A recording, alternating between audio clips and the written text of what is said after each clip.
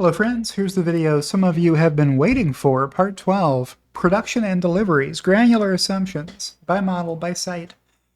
How much do I have in my forecast for the next 6 quarters? I'm going to share that with you in this video from my 69 tweet forecast thread that I sent out on August 17th. My co-host Loki has curled himself up in bed like a little cinnamon bun behind his lammy blanket. I'm going to share my screen with you and show you where you can find the visuals that you'll see in this video. It's in tweets 58 through whatever of my 69 post thread on X. It's my pinned post on my profile, so go check out at @ICannot_enough on X, and it'll be right at the top of the page for you to click through. When you do that and you scroll down, don't forget that after 31 posts, you have to hit the See More button or the More Replies button, or else that'll be the last one you see. That's the way X has always worked. You can't go more than 30 in a thread before you have to hit the More Replies button to load more of them. All right, so if you do that, you'll find at post number 58, the remainder of the thread skips to the top of my detailed model tab to show you the raw assumptions that produce everything you've seen. So if you wonder why earnings improve, the answer is because that's what these forecast assumptions yield. What do I mean by that? Well, this is my live Tesla earnings spreadsheet here. Maybe you can't see all of that. I'll drag that onto your screen a little better. Maybe fill the screen up some more. So this is the sections of this model that we've been looking at. I'm in the 2022 section for some reason. So here's where we're leaving off. When I say skip to the top of the page, what I mean is, let me hit the page up button instead of the arrow up button, or we'll be here all day. I start my forecast by making granular assumptions for every model produced at every site. How many of them do I think Tesla can make per week? How many weeks do I think they'll be producing that vehicle? And at what production efficiency percentage, right? So for Model S and for Model X, why are these production efficiency percentages so low? Is it because Tesla's crazy inefficient? No, it's because they're making them both on the same line, I think. So either they're making S or X on any given day, but probably not both.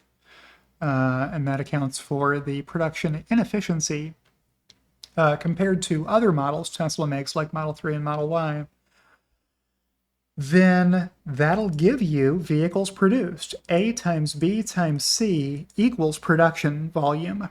If you know how many you can make per week, you know how many weeks you made them, and you know what percentage of this theoretical maximum production capacity you forecast, then that tells you what the vehicles produced must be, right?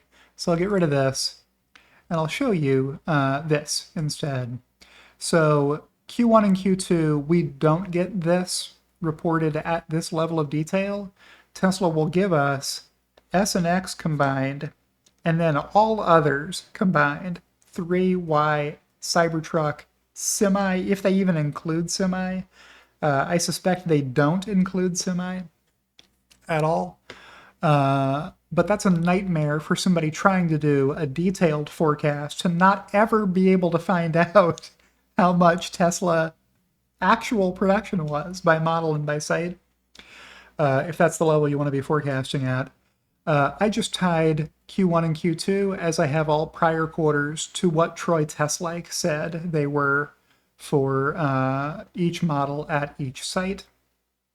Then, next to that, you can see what I'm forecasting for these. So, not very different for Model S, a little bit more for Model X in the production department.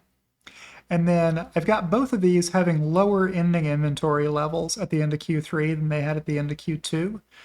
I think this looks like a reasonable amount of vehicles to have an ending inventory. It is a lower number than they had in Q1 or Q2, but I think Q1 and Q2 were both pretty bad quarters for ending inventory. So if that's the ending inventory, and if this is how many you produce, and if this is how many there were available to be sold at the start of the quarter, this is how many deliveries there have to be.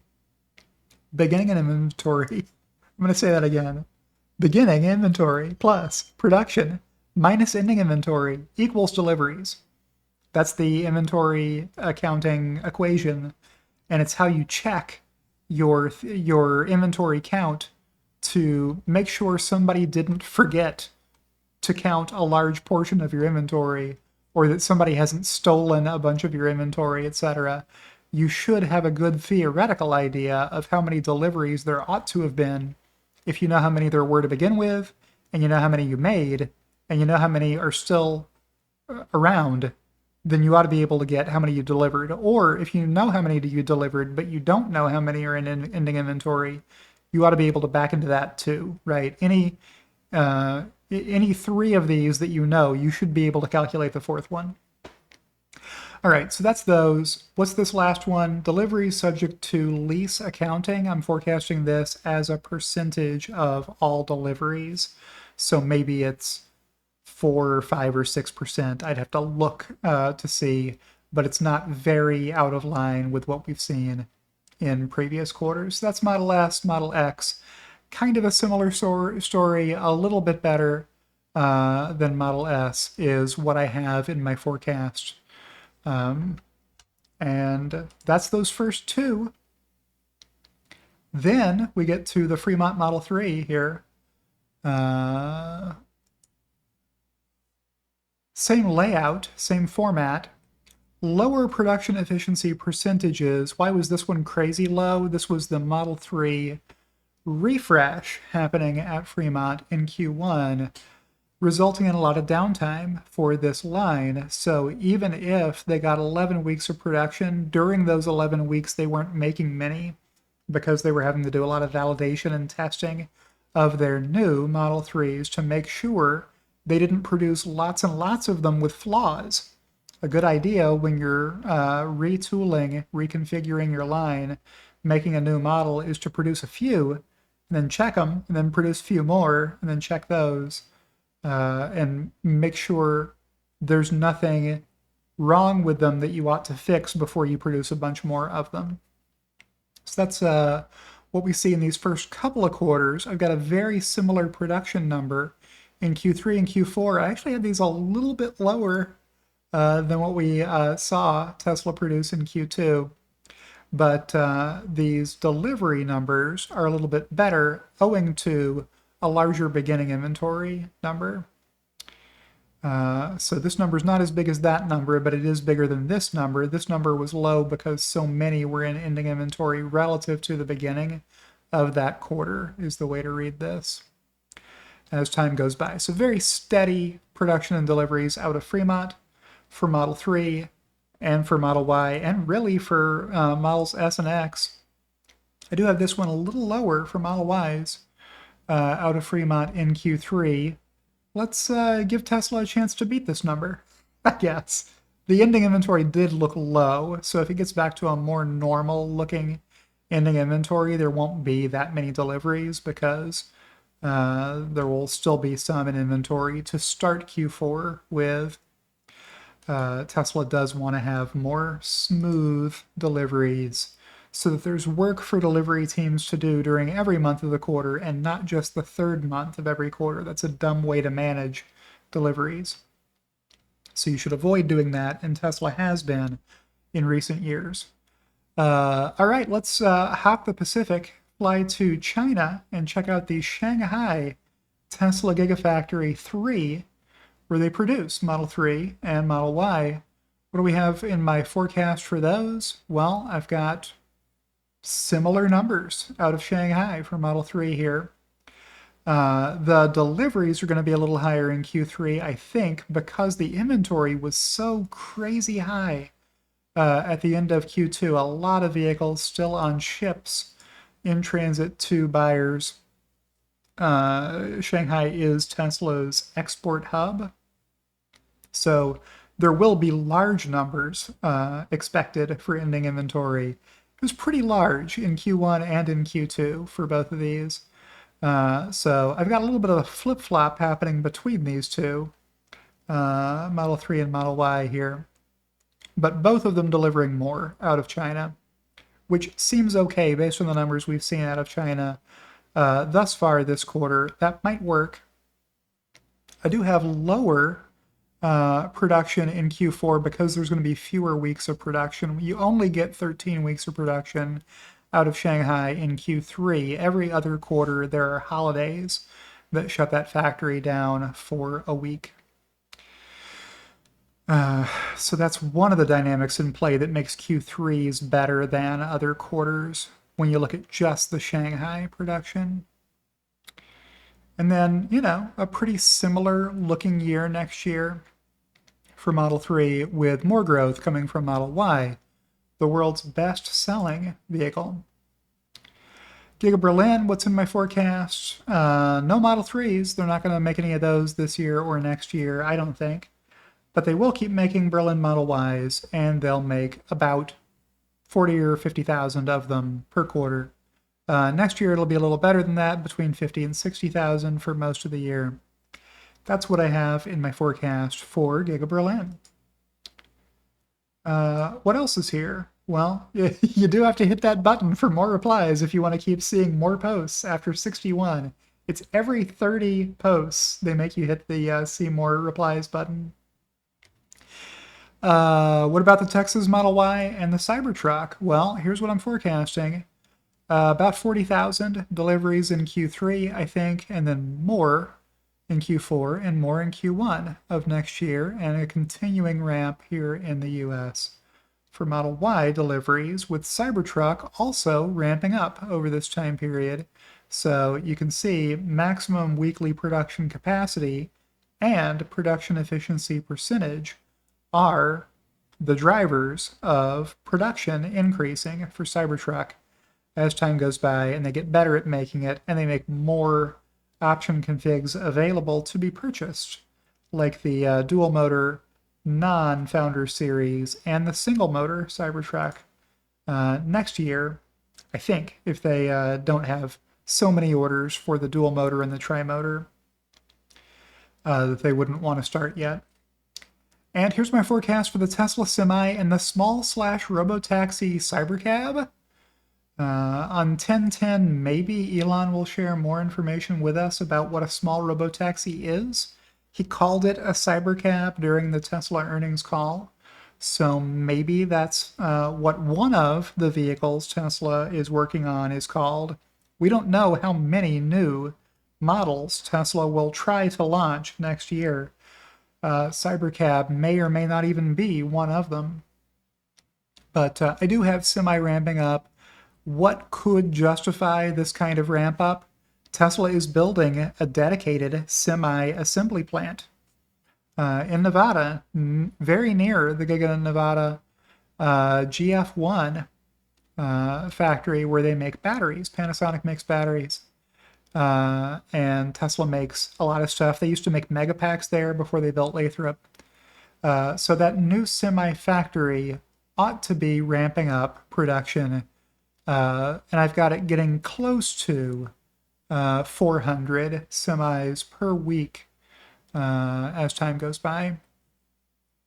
But you can see some of my funny, memey numbers here, 11, 69, 420, reflecting the unseriousness of trying to forecast something that is this difficult to forecast. It's a very volatile thing, semi-production, and even more so in the case of small robotaxis. So you see these same meme numbers here. Just reflecting, hey, it's going to be something and it's going to grow. I got to load something into my forecast, so that's what I've got.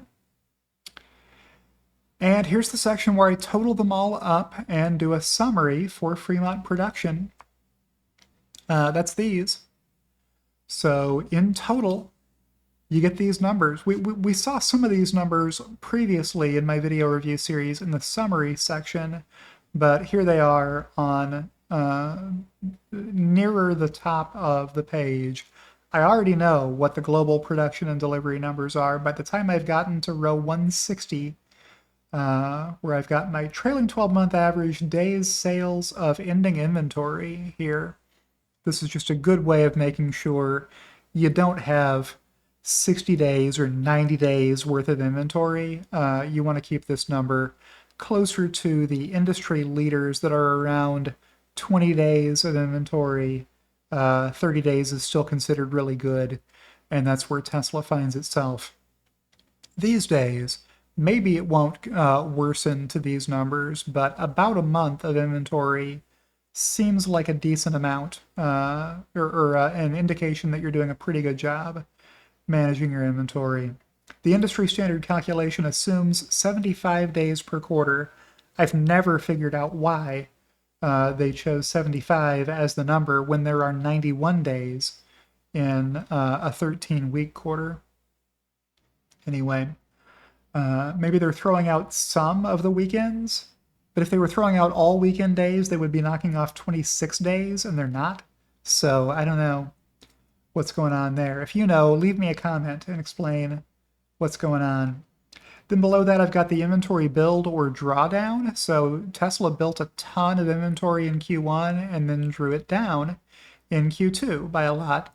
I've got a forecast that assumes Tesla will continue building inventory every quarter, but by more reasonably small numbers than we saw in Q1, which is a pretty bad quarter for deliveries because so many were left in an ending inventory. Easy for me to say. Percent leased is here, so you can see what percentage of global deliveries were to leased buyers rather than cash buyers. And I've got ending inventory as a percentage of deliveries here. So 41.2% is quite a lot. You can see I left myself a note here explaining to myself why this happened. There was that Suez Canal closure that caused a bunch of ships to have to divert around Africa, the largest continent on Earth, which is a huge delay. So that's one of the things that was in this comment. There might have been something else going on that quarter too that caused ending inventory to be higher than Tesla would have liked. I've also got metrics down here for just Fremont. If you want to see how much Fremont is putting out, those numbers are here. It's, better than 500,000 vehicles per year being produced at Fremont. All right. I'm not sharing every last assumption in my revenue section this time, but I am sharing the total sections for revenue as shown here and cost of sales. So what do we have here? These are no longer talking about production deliveries or inventory units. These are dollars, and they're the dollars you get when you take those deliveries and you multiply them by all of my granular detailed assumptions for revenue. I feel like those were the most ignored posts in my 69 tweet threads before, so I am trying this time not showing those and rather just showing what they add up to by model, so you can see for each of these models how much revenue I'm forecasting, excluding leasing, just leasing, and then on the next page, total, including both cash buyers and leased buyers. Here, I've also got solar deployed in megawatts here, so you can see what those numbers look like. I've zoomed out here a little bit more to get more on the page. On the previous slides, I was trying to make the numbers big enough that it was an easy read, but at this point, I was running out of posts left before I ran out of 69 posts. So I zoomed out a little bit to get more on the page for you. So you can also see what Q3 and Q4 of 2023 looked like in these columns. Storage deployed went up to a huge 8,541 megawatt hours or 8.5 gigawatt hours in Q2. I'm going to have to change this to gigawatt hours since that's probably how Tesla's going to be talking about it from now on. But it used to be less than 1,000. I've got these numbers going all the way back to 2018 when it was definitely less than 1,000. So we called them megawatt hours back then. And I've got this growing especially after Tesla opens its China megafactory, currently under construction. So solar revenue per watt, you can see here. Solar does get cheaper as time goes by, so that's what you see reflected with that revenue per watt coming down as competitive forces drive down the price of solar. And there's storage revenue per watt hour for the storage products. So I'm holding that steady. I think Tesla has a really good product at an industrial scale, and they're going to continue to have pricing power on it as the word spreads that Tesla's solution is better than other companies' solutions that require a lot more work to be done on site to get those up and running. Tesla's really proud of their Megapack XL product because it's so easy to plug into the grid and play. Plug and play hardware is what Tesla strives for with their Megapack, and that differentiates them from the competition, allowing them, I believe, to retain a more premium price point on their large-scale energy storage solution. The bottom of the page here shows the different products that Tesla Energy sells here. So you can see Megapack is the tail that wags the dog in the energy division for Tesla, driving more than half of the revenue, like a lot more than half next year, with the rest of it kind of being a sideshow or an afterthought at this point. I am not expecting solar panels to grow. I am expecting solar roof to grow over time because that's not a commoditized product. Tesla ought to be able to continue to grow that some, production capacity permitting. And then the Powerwall product keeps getting better. Powerwall 3s are better than they've ever been before, so I do forecast growth for that product. As people put solar roofs in, they have to buy Powerwalls to go with them. That's the only way Tesla will do the work, because they don't want to have to rely on other people's battery storage solutions, and they don't want to sell somebody a product that doesn't have any battery storage for it. And there's other, because there's always other. And services and other revenue is forecast down here at the bottom.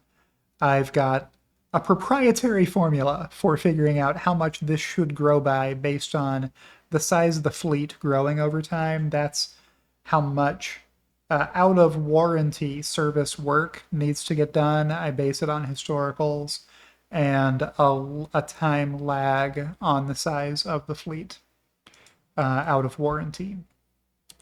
Then this is the same kind of summary for cost of sales instead of revenue, again, pre-foreign currency exchange impact. So here you go, cost of sales dollars, same as the revenue section, except how much does it cost you to deliver those products that you made that revenue by selling. So you've got all of these fun numbers here. I didn't need to repeat the energy metrics like pricing per watt or pricing per watt hour, because that's not a thing in the cost section. We've got all of these fun numbers here. So they don't mean a lot as just numbers, but on these percentage rows, you can see what the cost of sales percent and the gross margin percent are. And that is helpful for understanding how I'm forecasting these to change over time.